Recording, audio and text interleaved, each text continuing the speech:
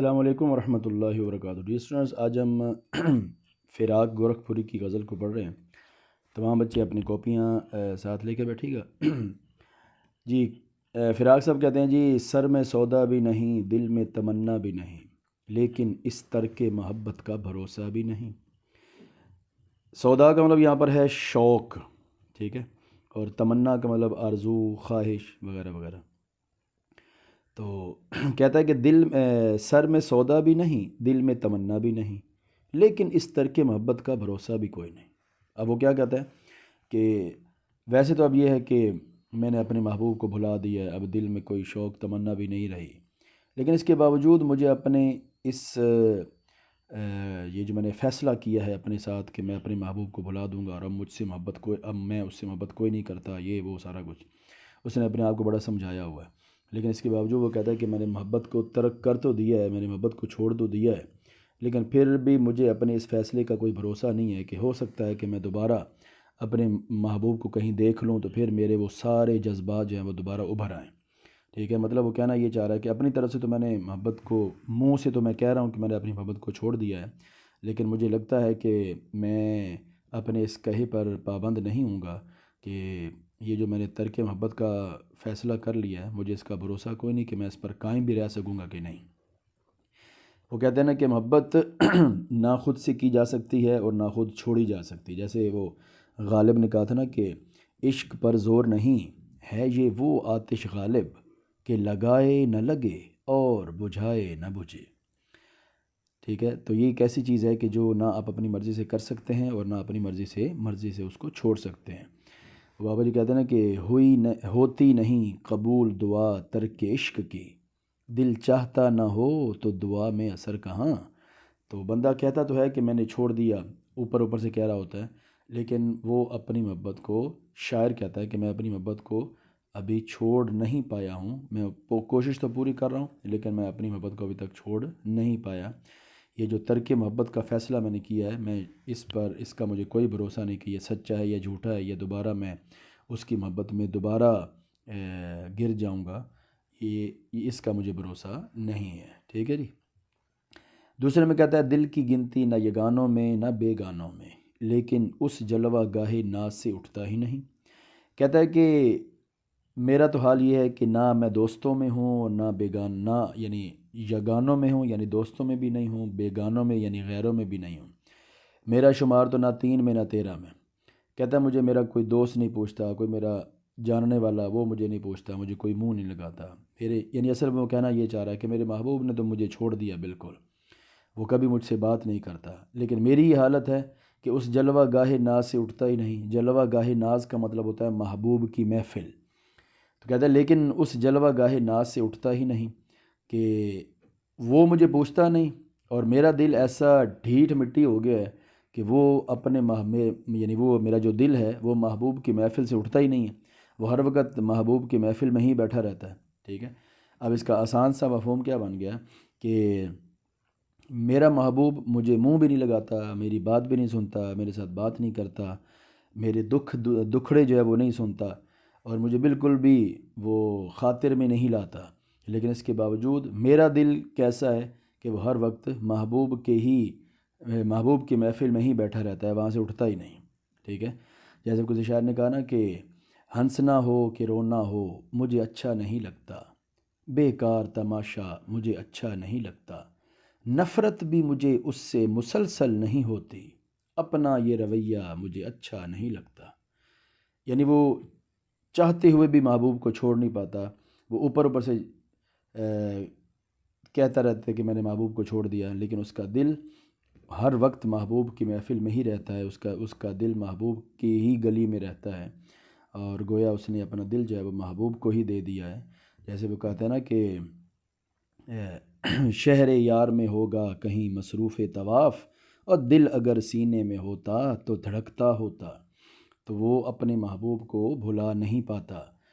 کسی شاعر نے کہا نا کہ جب کبھی خود کو سمجھاؤں کہ تو میرا نہیں ہے جی، جب کبھی خود کو سمجھاؤں کہ تو میرا نہیں، مجھ میں کوئی چیخ اٹھتا ہے نہیں ایسا نہیں۔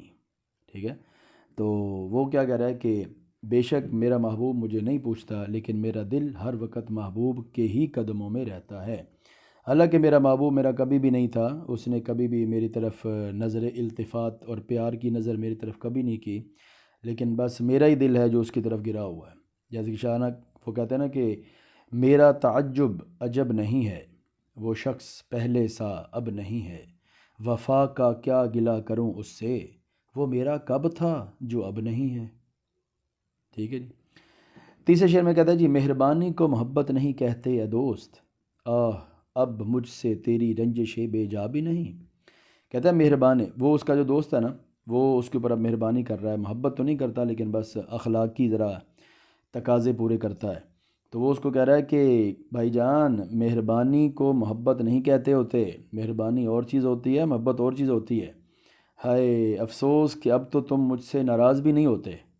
وہ کہتے ہیں نا کہ ناراض بھی بندہ اس سے ہوتا ہے جس سے بندے کو کوئی نہ کوئی جس کے ساتھ رشتہ ہوتا ہے نا، تو اس سے بندہ ناراض ہوتا ہے۔ اب راہ چلتے بندے سے بندہ کہے کہ میں تم سے ناراض ہوں، تو یہ بات سمجھ نہیں آتی۔ ناراض بھی بندہ اسی سے ہوتا ہے کہ جس سے کوئی محبت ہوتی ہے۔ جیسے وہ کسی نے کہا نا کہ قطع کیجئے نہ تعلق ہم سے، ہیں جی، قطع کیجئے نہ تعلق ہم سے، کچھ نہیں ہے تو عداوت ہی صحیح۔ ٹھیک ہے، کہتا ہے ہم سے رشتہ نہ توڑو، اگر اور کوئی رشتہ نہیں ہے تو چلو دشمنی کا رشتہ ہی صحیح، کیونکہ عداوت اور دشمنی بھی، عداوت کا مطلب ہوتا ہے دشمنی، تو دشمنی بھی تو ایک رشتہ ہی ہے نا۔ تو وہ کہتا ہے کہ چلو قطع اتنا قطع تعلق تو نہ کرو کہ دشمنی بھی نہ رہے، کم از کم اتنا تعلق ضرور رکھو کہ ہماری دشمنی تو رہے کم از کم۔ چلو پیار سے نہیں تو دشمنی کے ساتھ ہی ایک دوسرے کا سامنا تو کریں گے نا، اسی بہانے محبوب کو دیکھ تو لوں گا نا۔ ٹھیک ہے، تو وہ کیا کہتا ہے کہ مہربانی اور محبت میں بڑا فرق ہوتا ہے۔ مہربانی کسی پر مہربانی، مطلب مہربانی تو جانوروں کے اوپر بھی کر دیتا ہے، لیکن اے میرے محبوب اب محبت نہیں ہے تو پھر اس مہربانی کو رہنے دو، ہمیں تمہاری مہربانی کی ضرورت نہیں ہے جب تم نے محبت ہی نہیں کرنی۔ وہ کہتا ہے نا کہ دل دور ہوں تو ہاتھ ملانے سے فائدہ ہے جی، دل دور ہوں تو ہاتھ ملانے سے فائدہ، رسماً کسی سے ہاتھ ملایا نہ کیجیے۔ ٹھیک ہے، تو شاعر کیا کہتا ہے کہ میرے دوست، مہربانی اور محبت میں فرق ہوتا ہے۔ ہائے افسوس کہ اب تو تم مجھ سے ناراض بھی نہیں ہوتے، یعنی تم نے سارے رشتے ہی ہم سے توڑ دیے ہیں۔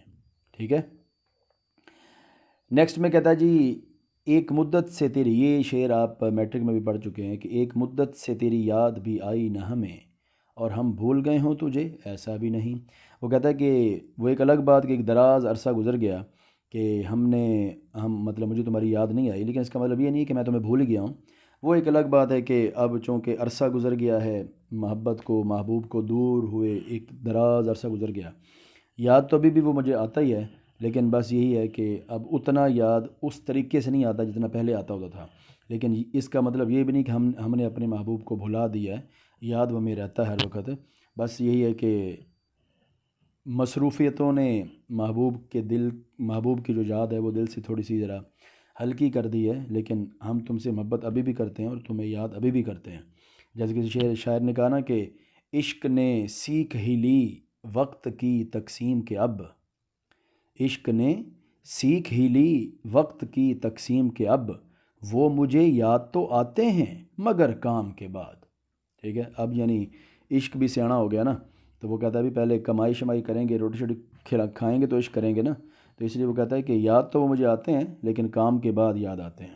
اس طرح کسی نے کہا نا کہ وگرنہ ہماری خیر حالت تو یہ ہے کہ آئی جو ان کی یاد تو آتی چلی گئی، ہیں جی، آئی جو ان کی یاد تو آتی چلی گئی، ہر نقش ماں سوا کو مٹاتی چلی گئی۔ ٹھیک ہے، کہ ان کی یاد جب آتی ہے نا تو اتنی زیادہ آتی ہے کہ ہر نقش ماں سوا، نقش ماں سوا کا مطلب ہوتا ہے محبوب کے علاوہ باقی چیزیں، یعنی جب وہ کہہ رہا ہے کہ جب محبوب کی مجھے یاد آتی ہے نا تو اتنی زیادہ یاد آتی ہے، اتنی زیادہ یاد آتی ہے کہ پھر محبوب کے علاوہ پھر ہمیں اور کوئی شے نظر نہیں آتی نہ یاد آتی ہے، پھر ہر وقت صرف محبوب ہی یاد آتا رہتا ہے ہمیں۔